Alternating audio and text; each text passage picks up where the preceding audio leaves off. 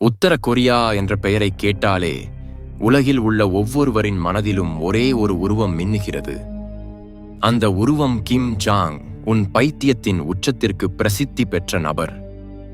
உலகின் மிக சக்தி வாய்ந்த நாடுகளும் அவருடன் மோதுவதற்கு முன்பு 10 முறை யோசிப்பார்கள். இதற்கு காரணம் அவரது ஏவுகணைகள் அல்ல, ஆனால் அவரது இயல்பு. அவரில் உள்ள பைத்தியத்தனம் அவரை எந்த அளவுக்கும் செல்லாமல் தடுக்காது. ஆனால் அவரை பற்றி தெரிந்து கொள்ளும் முன்பு எங்கள் சேனலை சப்ஸ்கிரைப் செய்ய மறக்காதீர்கள். மறுபுறம் அதே நாட்டில் மக்கள் பசியால் தவிக்கிறார்கள். அவர்கள் எலிகள், பாம்புகள், பூச்சிகள் போன்றவற்றை உண்ணும் பரிதாபகரமான நிலையில் உள்ளார்கள். ஒருபுறம் ராஜா ஆடம்பரமான வாழ்க்கையில் மூழ்கியிருந்தால், மறுபுறம் அவரது மக்கள் தங்கள் உயிர்களை காப்பாற்றுவதற்கு விஷத்தை விழுங்குகிறார்கள்.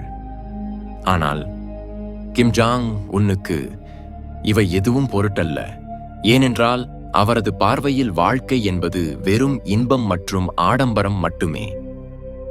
ராஜா சுகத்தில் ராஜ்யம் கட்டுக்குள் என்ற பழமொழி அவரது வாழ்க்கைக்கு சரியாக பொருந்தும். இந்த விஷயத்தை விரிவாக சொல்ல வேண்டுமானால், கிம் ஜாங் உன்னின் 24 மணி நேரங்கள் எப்படி கழிகின்றன? அவரது வாழ்க்கை முறைக்காக உத்தர கொரியா மக்களின் கோடிக்கணக்கான ரூபாய்கள் தினசரி எப்படி வீணாகின்றன? இப்போது நான் உங்களுக்கு சொல்லப் போகிறேன். ஆம், நீங்கள் கேட்டது உண்மைதான். ஒரே நாளில் கோடிக்கணக்கான ரூபாய்கள் வீணாகின்றன. ஆடம்பரம் பற்றி பேசும்போது நீங்கள் உத்தர கொரியாவின் பிளஷர் ஸ்குவாட் பற்றி கேட்டிருக்கலாம். கேட்காவிட்டால் பிரச்சனை இல்லை. இன்று நாம் அதை பற்றியும் தெரிந்து கொள்ளப் போகிறோம். இந்த அமைப்பை பற்றி கேட்டால் நீங்கள் அதிர்ச்சி அடைவீர்கள். கிம் ஜாங் உன்னின் நாள் காலை சூரிய உதயத்துடன் தொடங்குவதில்லை. ஐரோப்பாவிலிருந்து இறக்குமதி செய்யப்பட்ட ஆடம்பரமான பெட்ஷீட்கள், பேட்கள் மற்றும் பல வசதிகளுடன் அவரது நாள் தொடங்குகிறது. அவரது பெட் சாதாரண ஃபர்னிச்சர் கடையிலிருந்து வாங்கப்பட்டது அல்ல. அது ஒரு சிறப்பான மரத்தால் வேறு நாட்டில் தயாரிக்கப்பட்டது. அதன் மீது பயன்படுத்தப்படும் பெட்ஷீட்கள் ஆயிரக்கணக்கான டாலர்கள் மதிப்புடையவை. சாதாரண மக்கள் ஒவ்வொரு இரவும் தூங்குவதற்கு போராடும் போது கிம் தனது ஆடம்பரமான பெட்டியில் சுகமாக தூங்குகிறார். இந்த விஷயங்களை கேட்கும்போது உங்களுக்கு தோன்றலாம், அரே இது ஏதோ சினிமா வில்லன் போன்றது. ஆனால் இல்லை, இது உண்மையான வாழ்க்கையில் உள்ள பாத்திரம். அவரது பெயர் கிம் ஜாங் உன். அங்கு சாதாரண மக்கள் சிறிய அலாரம் சத்தத்தால் தொல்லைப்பட்டு எழுந்திருக்கிறார்கள். ஆனால் உத்தர கொரியாவின் சர்வாதிகாரி கிம் ஜாங் உன் வேறு விதமாக எழுந்திருக்கிறார். அவர் எழுந்தவுடன் 2 அழகான இளம் பெண்கள் அவரது முன்பு நிற்கிறார்கள். அவர்களது வேலை என்னவென்றால், பாஸ் எழுந்திருப்பதற்கு முன்பு அறையில் இருந்து கிம் ஜாங் உன் கண்களை திறந்தவுடன் இனிமையான சிரிப்புடன் குட் மார்னிங் சொல்லுவது. அதன் பிறகு காலையின் உண்மையான இன்பம் தொடங்குகிறது. கிம் ஜாங் உன் பெட்டியிலிருந்து இறங்கியவுடன் அவர் கால்களுக்கு அணியும் ஷூக்கள் சாதாரணமானவை அல்ல. அவை அரபு நாடுகளிலிருந்து இறக்குமதி செய்யப்பட்ட பெல்ஜா ஸ்டைலில் உள்ள சூப்பர் பிரீமியம் ஷூக்கள். ஆச்சரியமான விஷயம் என்னவென்றால், அந்த ஷூக்களையும் அதே இளம் பெண்களே அணிவிக்கிறார்கள். இந்த ஷூக்களின் விலையை கேட்டால் நீங்கள் ஆச்சரியப்படுவீர்கள். சாதாரண பெல்ஜா ஷூக்களின் விலை ரூபாய் 10,000 முதல் ரூபாய் 15,000 வரை இருக்கலாம். ஆனால் கிம்முக்காக சிறப்பாக வடிவமைக்கப்பட்ட ஷூக்களின் விலை ரூபாய் 20 லட்சம் வரை இருக்கும். ஆம், வெறும் ஒரு ஜோடி ஷூக்களுக்கு 20 லட்சம் ரூபாய். அதுவும் காலை அணிவதற்கு மட்டுமே. நீங்கள் யோசிக்கிறீர்களா, ஷூக்கள் சரி, ஆனால் அவற்றை இளம் பெண்களே ஏன் அணிவிக்கிறார்கள்? இதற்கு பின்னால் ஒரு சிறிய கதை உள்ளது. கேளுங்கள். ஒருமுறை இந்த வேலைக்காக இளைஞர்களை நியமித்தார்கள். ஆனால் ஒரு நாள் ஒரு இளைஞன் தவறாக அவரது ஷூக்களை தலைகீழாக அணிவித்தான். உடனே கிம்மின் கோபம் வானத்தை தொட்டது. அவர் உடனே அந்த இளைஞர்களை தனது அறையிலிருந்து வெளியே தள்ளினார். அங்கேயே அந்த விஷயம் நிற்கவில்லை.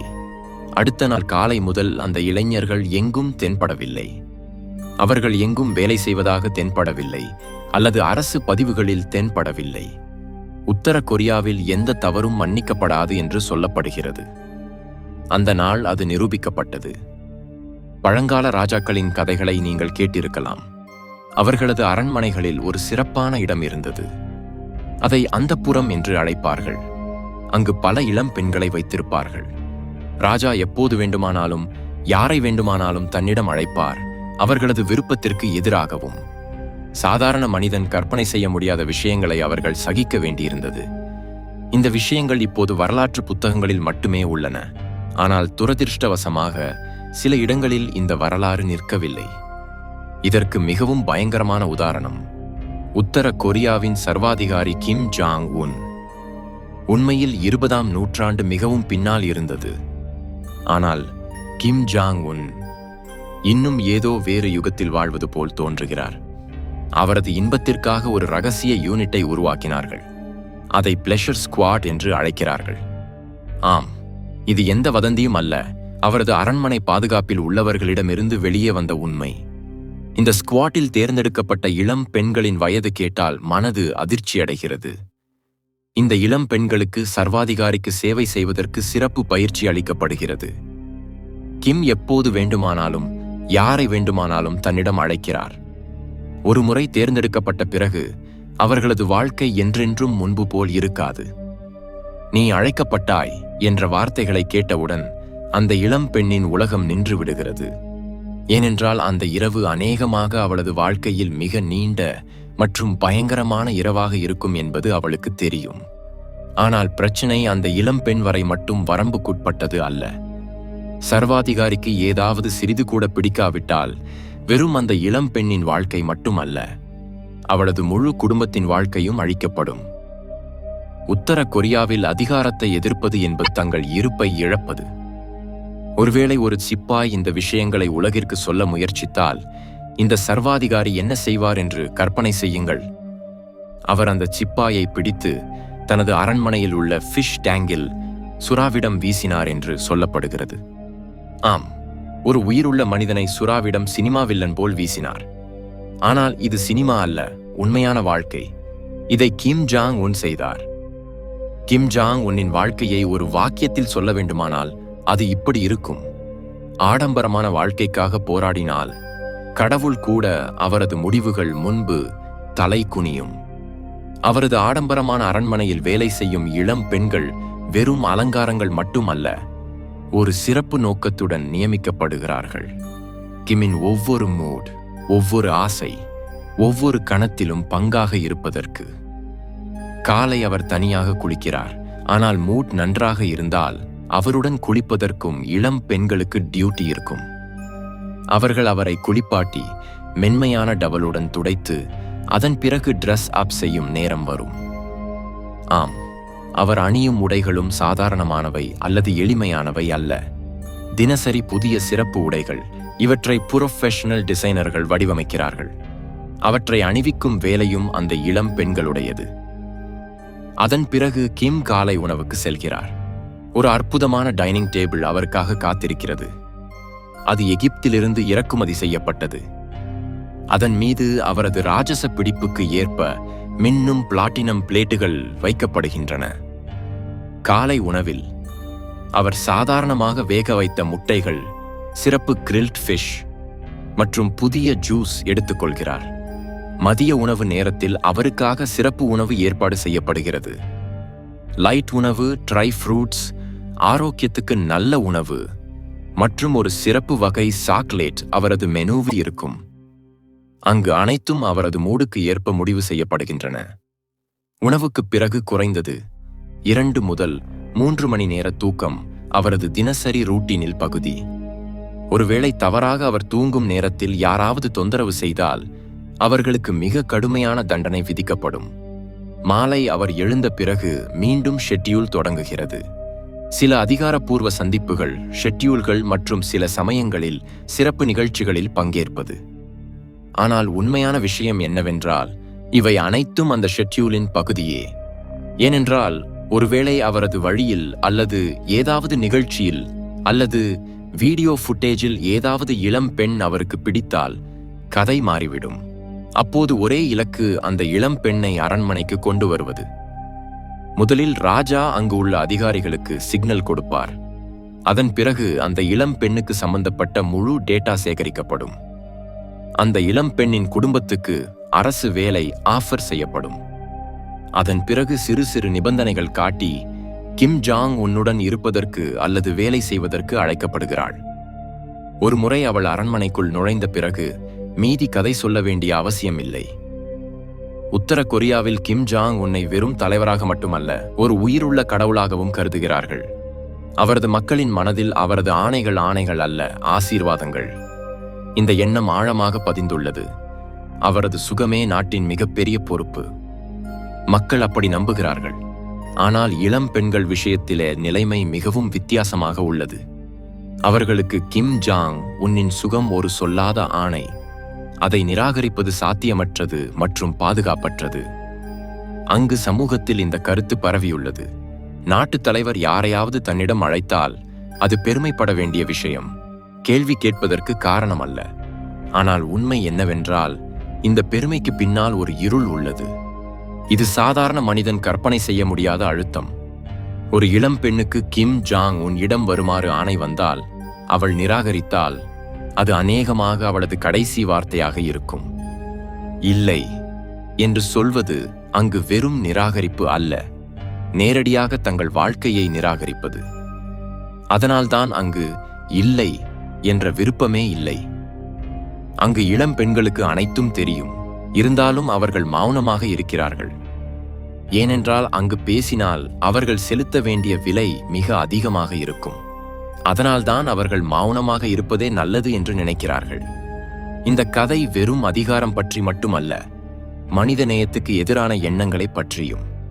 ஒருபுறம் நாடு பொருளாதார பேரழிவின் விளிம்பில் இருந்தால், மறுபுறம் கிம் ஜாங் உன்னின் வாழ்க்கை முறை உலகின் மிக செல்வந்தரான ஆட்சியாளரின் ஆடம்பரமான வாழ்க்கையுடன் சமமாக உள்ளது. உண்மையில் உத்தர கொரியாவின் உண்மையான பொருளாதார வளம் என்ன? இதற்கு சாதாரண பதில் எதுவும் சட்டபூர்வமானது அல்ல. சீன ஊடகம் சொன்னபடி, உத்தர கொரியா உலகளவில் ரகசிய கடத்தல் நெட்வொர்க்கை நடத்துகிறது. ஆயுத வியாபாரம், போதைப் பொருள்களின் சர்வதேச விநியோகம், சில ரகசிய தொழில்நுட்ப ஒப்பந்தங்கள், இவை அனைத்தும் கிம் ஜாங் உன்னின் ஆடம்பரமான வாழ்க்கையின் பகுதி. இப்போது சர்வாதிகாரியின் இரவுகள் பற்றி பேசுவோம். சீன ஊடக அறிக்கைகளின்படி, கிம் ஜாங் உன் ஒவ்வொரு ஆண்டும் வெறும் வைன் இறக்குமதிக்காக $30 மில்லியன் செலவு செய்கிறார். அதாவது இந்திய மதிப்பில் ஆண்டுக்கு 50 கோடி ரூபாய்களுக்கு மேல் வெறும் வைனில் வீணாக்குகிறார். அவர் என்ன குடிக்கிறார்? அவரது ருசி சாதாரண பிராண்டுகளுடையது அல்ல. அவருக்கு லட்சம் ரூபாய்களுக்கு மேல் விலை உள்ள வைன் பாட்டில்கள் பிடிக்கும்.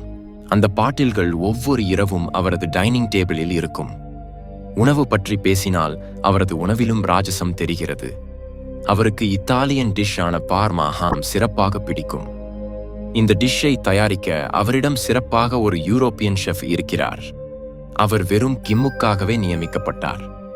இரவு உணவுக்கு பிறகு அவரது தினசரி ரூட்டினில் மற்றொரு விஷயம் சேர்க்கப்படுகிறது. அது லைட் வாக் மற்றும் சிகரெட். அவரது சிகரெட்டிலும் ஒரு சிறப்பு உள்ளது. ஒரு சிகரெட் பாக்ஸின் விலை சாதாரண உத்தர கொரியா நபரின் மாத வருமானத்தை விட அதிகம். மொத்தத்தில் உலகம் முழுவதும் தூங்க தயாராகும் போது, இரவு மேலும் ஆழமாகும் போது, கிம் ஜாங் உன்னின் தினசரி ரூட்டீனின் கடைசி கட்டம் தொடங்குகிறது. அது தூக்கம். ஆனால் அந்த தூக்கமும் சாதாரண மனிதன் போல் இருக்காது. வாக்கிங்கிலிருந்து திரும்பி வந்த பிறகு அவர் தனது அழகாக அலங்கரிக்கப்பட்ட தனிப்பட்ட அறைக்கு செல்கிறார். அங்கு அந்த நாள் தேர்ந்தெடுக்கப்பட்ட இளம் பெண்கள் அவருக்காக காத்திருக்கிறார்கள். Kim Jong Un திருமணமாகியது. இது இப்போது ரகசியம் அல்ல. அவரது மனைவி ரீ சோல்ஜூ. அவர்களுக்கு 2 குழந்தைகளும் உள்ளனர். இருந்தாலும் அவர் தனது குடும்பத்துடன் நேரம் செலவிடுவதை விட தனது தனிப்பட்ட இன்பத்துக்கு அதிக முக்கியத்துவம் கொடுக்கிறார். டாக்டர்கள் அவருக்கு வைன் மற்றும் சிகரெட்டுகளிலிருந்து தூரமாக இருக்குமாறு அறிவுறுத்தியுள்ளனர். இது உத்தர கொரியா ஊடகத்தில் செய்தியாகவும் வந்தது. ஆனால் சர்வாதிகாரி இருக்கும்போது டாக்டர் அறிவுரையை எப்படி பின்பற்ற முடியும்? இந்த பழக்கத்தை நான் விடமாட்டேன் என்று சொல்லி அவர் தனது இஷ்டப்படி நடந்து கொள்கிறார். இங்கு உங்களுக்காக ஒரு கேள்வி உள்ளது. ஒருவேளை உங்களுக்கு கிம் ஜாங் உன் போன்ற வாழ்க்கை வாழும் வாய்ப்பு வந்தால், நீங்கள் ஆம் என்று சொல்வீர்களா அல்லது பக்காவாக இல்லை என்று சொல்வீர்களா? தயவு செய்து கமெண்ட்டுகளில் எங்களுக்கு சொல்லுங்கள். ஆனால் பதில் கொடுப்பதற்கு முன்பு ஒரு கணம் அந்த நாட்டை பற்றி யோசியுங்கள். அங்கு மக்கள் இந்த சர்வாதிகாரியின் கீழ் நசுக்கப்படுகிறார்கள். அங்கு மக்கள் உணவுக்காக தவிக்கிறார்கள், ஒரு பூட்ட உணவுக்காக தவிக்கிறார்கள். அங்கு மருத்துவமனைகளில் மருந்துகள் இல்லை, வீடுகளில் ஆசைகள் இல்லை. இப்போது யோசியுங்கள், இது வெறும் சர்வாதிகாரம் மட்டுமல்ல, மனித நேயத்துக்கு எதிரான மிகப்பெரிய குற்றம் அல்லவா? உங்களுக்கு என்ன தோன்றியது என்பதை கமெண்ட்டுகளில் சொல்லுங்கள். இந்த வீடியோ உங்களுக்கு பிடித்திருந்தால் லைக் செய்யுங்கள், ஷேர் செய்யுங்கள், சப்ஸ்கிரைப் செய்யுங்கள்.